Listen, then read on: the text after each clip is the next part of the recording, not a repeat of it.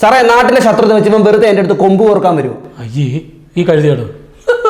Okay ശരി, നിങ്ങൾ മത്സരിക്കുക, നിങ്ങൾ ഇങ്ങനെ തന്നെ സംസാരിക്കുക, പക്ഷേ സ്പീക്ക് ഇൻ ഇംഗ്ലീഷ്. നിങ്ങൾ വഴക്ക് കൂടി, ഇംഗ്ലീഷിൽ വഴക്ക് കൂടി. നിങ്ങൾ ഇനി ഇംഗ്ലീഷിൽ സംസാരിക്കേണ്ടവരല്ലേ, ഇംഗ്ലീഷിൽ വഴക്ക് കൂടൂ. എന്താ പറഞ്ഞത്? കൊമ്പ് കൂടുതലാണോ? ഇവന് കുറച്ച് കൊമ്പ് കൂടുതലാണ്.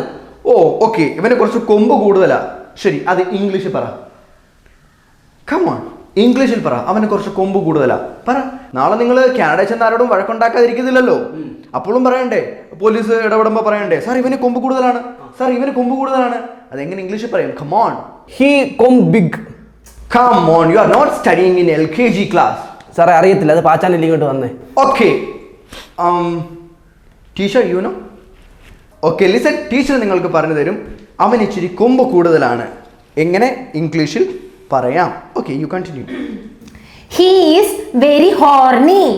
What? He is very horny. Who? He. He. Horny? Yes.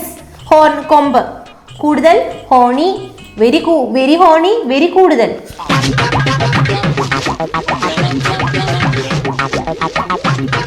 He is very horny. കൂടുതൽ. ഹോണി വെരി ഹോണി, വെരി കൂടുതൽ.